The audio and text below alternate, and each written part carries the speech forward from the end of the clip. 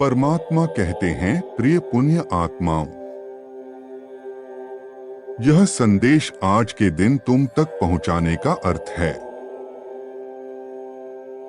तुम्हारा मनोरथ शीघ्र ही पूर्ण होगा। व्यक्ति की गति और परिस्थिति कब बदल जाए, यह कोई नहीं जानता। सोने की पलंग पर विश्राम करने वाला एक पल में कैद खाने में बंद हो सकता है, और सूखी रोटी खाकर जीवन यापन करने वाला एक पल में महलों का मालिक बन सकता है। क्योंकि हर एक जीव की गति और परिस्थिति को सबसे बड़ा मालिक देख रहा है। यदि आज तुम कष्ट में हो तो भयभीत मत हो। कोई है जो निरंतर तुम्हें देखकर मुस्कुरा रहा है। कि तुम कितने धैर्यवान हो, वह परमपिता परमेश्वर व्याकुल है। तुम्हें अपनी गोद में बिठाकर दुलार करने को, परंतु वह तुम्हें इस सृष्टि में भी श्रेष्ठ पद और सम्मान किस लिए दिलवाना चाहते हैं? क्योंकि तुम इसके हकदार हो। तुमने अपनी सत्य कर्म से उसे कमाया है। मेरे बच्चे, स्वर्ग लोक में बैठे तुम्हारे अभिभावक देवदूत तुम्हें देखकर मुस्कुरा रहे हैं। वे तुम्हें बताना चाहते हैं, तुम्हारे लिए उच्चतम दिव्य लोक के द्वार खुल चुके हैं। क्योंकि तुम प्रतिदिन भले ही छोटा किंतु आध्यात्मिक अभ्यास कर रहे हो। मेरे प्रिय, आज मैं तुम्हें अत्यंत रहस्यमयी बात बताने जा रहा हूं, जो तुम्हारे जीवन से जुड़ी हुई है। मैं जानता हूं तुम्हारा मन निर्मल जल की तरह स्वच्छ है, और तुम अब भौतिक वस्तुओं की अधिक लालसा नहीं करते हो। क्योंकि तुम्हें तो उसे अलौकिक रत्न की लगन लग गई है, जिसका कभी विनाश नहीं होता। विश्वास करो, जिसकी कल्पना तुम मस्तिष्क पटल पर कर रहे हो, वह तुम्हें जरूर मिलेगा, चाहे वह लौकिक हो या अलौकिक। यह मत सोचना क्या, कब, कैसे और क्यों हो सकता है। बस विश्वास करना कि यदि तुम्हारी भावना सच्ची है, तो वह तुम्हें मिलकर ही रहेगा। मेरे बच्चे, अब मैं तुम्हें जो कहने जा रहा हूं, उसे ध्यानपूर्वक सुनो और अपने मन में धारण कर लो। परमात्मा के जो अत्यधिक प्रिय बच्चे होते हैं, वह उन्हें इस सृष्टि में तभी भेजते हैं जब उनका विशेष कार्य होता है, जिनके द्वारा ईश्वर अपना कार्य करवाना चाहते हैं, और श्रेय भी उन्हें देना चाहते हैं। जैसे एक माता अपने बच्चे के साथ बैठकर उसका हाथ पकड़कर उससे चित्रकारी करवाती है, और फिर सारा श्रेय उसे देकर प्रसन्न होती है कि यह मेरे बालक ने किया है।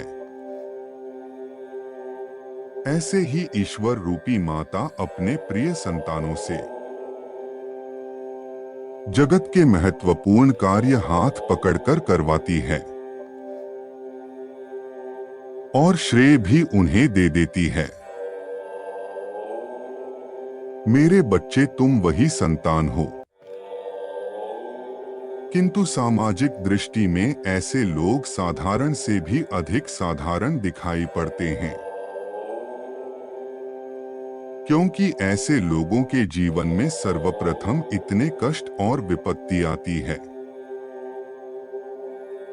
कि उन्हें स्वयं ऐसा लगता है कि वह दुर्भाग्य को लेकर पैदा हुए हैं।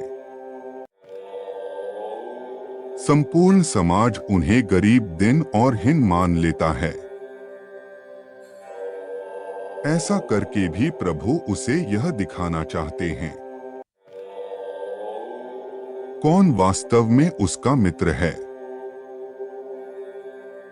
और कौन शत्रु, कौन है जो केवल धन या ज्ञान के कारण साथ रहता है और कौन है जो सच में प्रेम करता है। फिर कुछ ऐसा होता है कि उस व्यक्ति का जीवन पल भर में बदल जाता है। परमात्मा एक ऐसा चमत्कार करते हैं कि वह फर्श से अर्श तक पहुंच जाता है और लोग कहते रह जाते हैं, अंधेरे में पढ़ने वाला कैसे अधिकारी बन गया, भूखे पेट सोने वाला आज कैसे दूसरों को खिलाने वाला बन गया। मेरे बच्चे, हीरे की पहचान तो कोयले की खान में ही होती है। सूर्य का महत्व वही जानता है जिसने अंधकार को देखा हो। तुम्हें जो धन का अभाव, शारीरिक कष्ट या मानसिक कष्ट मिले, उसका यही कारण है। तुम्हारे वास्तविक पिता तुम्हें हर तरह से मजबूत और स्थिर करके दुनिया को यह दिखाना चाहते हैं कि तुम सूर्य हो। कोई यह ना कह सके कि तुम्हें सब कुछ उपहार में मिला है, बल्कि तुम गर्व से कह सको तुम इसके हकदार हो। यदि अब तुम्हें अपने सभी प्रश्नों के उत्तर मिल गए हैं तो मुस्कुराओ, क्योंकि तुम्हारी गति और स्थिति घूमने की चाबी तुम्हारे ही पिता के हाथ में है, जो जानते उस चाबी को लगाने का सर्वश्रेष्ठ समय क्या है। इसलिए अपनी चिंता छोड़ो और मुस्कुराओ, क्योंकि तुम्हारी एक मुस्कुराहट तुम्हारे आसपास बैठे लोगों को उत्साहित कर सकती है। तुम्हारा आभामंडल तुम्हारे घर के वातावरण को शुद्ध कर सकता है। तुम्हारे मुख से निकले शब्द लोगों को शांति प्रदान करते हैं और जब तुम दूसरों के लिए प्रार्थना करते हो तो उनकी इच्छा पूरी हो जाती है। वह आश्चर्यचकित होते हैं कि केवल तुम्हारे कहने मात्र से उनका काम कैसे हो जाता है। मेरे प्रिय, जो परमात्मा रूपी पिता तुम्हारे शब्दों का मूल रखते हुए दूसरों का कार्य कर देते हैं, क्या वह तुम्हारे लिए कुछ नहीं करेंगे? क्या तुम्हारे पिता तुम्हें दुख देना चाहते हैं? विचार करो। मेरे प्रिय बच्चे, मुझ पर विश्वास करो। तुम सकारात्मक बदलाव के पास खड़े हो। तुम्हारा जीवन अचानक ही पूरी तरीके से बदल जाएगा। धन तुम्हारे घर में चुंबक की तरह आकर्षित होने लगेगा।